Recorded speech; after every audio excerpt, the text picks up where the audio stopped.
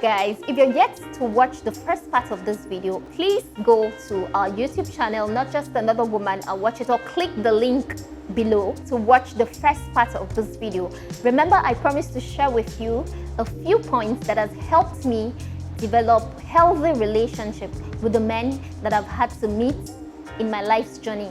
The first video is staying friends with your best friend who is actually married. That's your male friend who is actually married.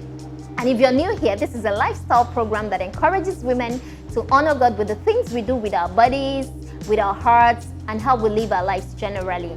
And if you're yet to subscribe to the Not Just Another Woman YouTube channel, please click on that button and become a part of Not Just Another Woman. That way, whenever we put up new videos, you will be notified.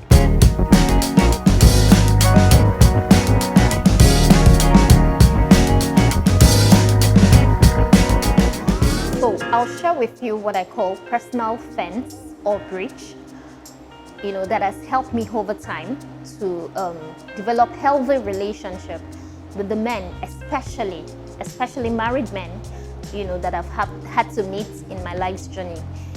And I hope this points will help you. And if it doesn't, you might need to create your own, and you might need to call it what you want to call it, but I call mine personal fence or personal bridge. So the first point, the top point on my list, is limit communication. Communication is the easiest way for me to create bond with someone. You might need to find out what yours is and try to avoid, using that, constantly with your male friend that is actually married. Because for me, if you keep talking to me all the time, we're on the phone, we're chatting, that's how I create bond, or that's how. So I try as much as possible to limit communication, especially with married people.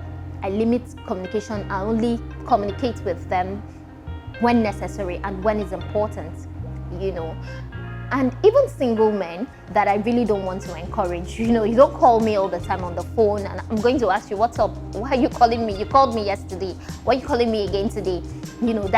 That's if you don't want to give them red flags. So for me, you have to limit communication with that person. Don't go on and on and on chatting away with the person, talking and laughing with the person, especially when you know the person is married. I understand we're talking about someone who used to be your friend before you got married. Well, he's now married. He's some other person's husband. So you need to help yourself. You might just try and limit that gist, that catch up. Reduce it to when it's important, when there's something important to say to him, or something, an information that is important to pass across. You might need to limit it. Point number 2. Keep compliments to the barest. You might be flirting with him without knowing, by always being the one to tell him how good looking he is, how nice he appears. You may also be paying him compliments, or you may be teasing him innocently, but don't always do it when you're alone with him. For me, I'd rather do it with the wife in the picture. So I could say something like, oh, my friend is really looking nice. I think your wife is really, really taking good care of you. Or something like that. So keep compliments to the barest. Point number 3, maintain modest dressing. Personally, remember I'm sharing with you my personal, what I call personal fence and personal bridge.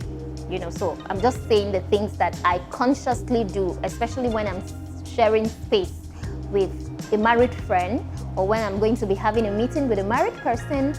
I try as much as possible, to do maybe a pair of jeans and a decent top would do,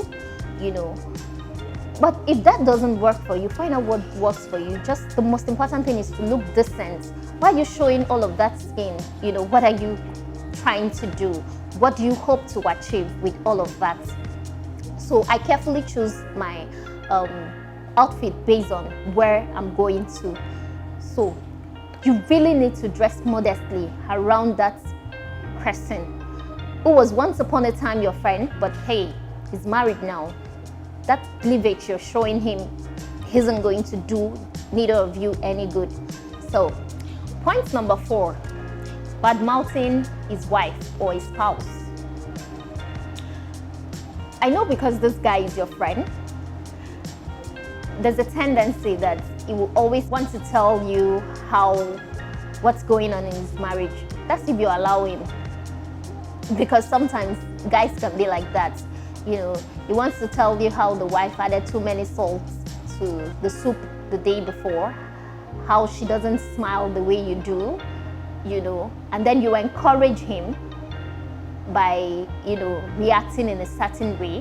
When you go, oh my God, did she do that? Did she behave that way? I mean, you're encouraging him to badmouth his wife. So don't even try it. Personally, what I would do is I try to tell him, oh, your wife made a mistake. Anybody can make a mistake. Or if the salt was more, and why not look at the brighter side? Their dates should make really, really nice meal, right? You know, so you don't involve or get involved in bad-mouthing his wife. It's not going to help his relationship because he will see you as a shoulder to lean on or to come and cry on whenever he has issues with his wife. But if you don't support him, that way he will be forced to either stop talking to you about his wife's faults, or, you know, he just knows that when he comes to you, he will get something that will help his marriage. So whatever you're doing, always try to remind him that his wife is a great woman and the choice he made for himself. Reduce fun time with your friend, your male friend that is married. You have to try as much as possible to stop hanging out with him, going to the cinema with him, going to do karaoke with him, going for fellowship with him, because we sometimes have this excuse of, oh, but we're not doing anything wrong. We went for choir rehearsals together or went for church gatherings together. I mean, are you supposed to be his handbag? So reduce fun time with him. Stop hanging out with him. And the truth is, constantly hanging out with him could also hinder you from meeting the right person or somebody that has interest in you because you're always with him. So stop hanging out with him all the time. He shouldn't be having all the fun with you, but with the right person that is actually his wife. Okay, I'll end my points with this final point number 6, just for the sake of this video. The truth is, I have a whole long list of this personal fence, and it has really helped me. It has helped me over time. But for the sake of this video, I'll end it with this point. Be a little more formal. You know, for every friend that I know that is actually married, that was my friend, that I probably would have used to refer to them, you know, with their formal name, their first name, you know, so I could go, hi Moses, or hi this, or hi that.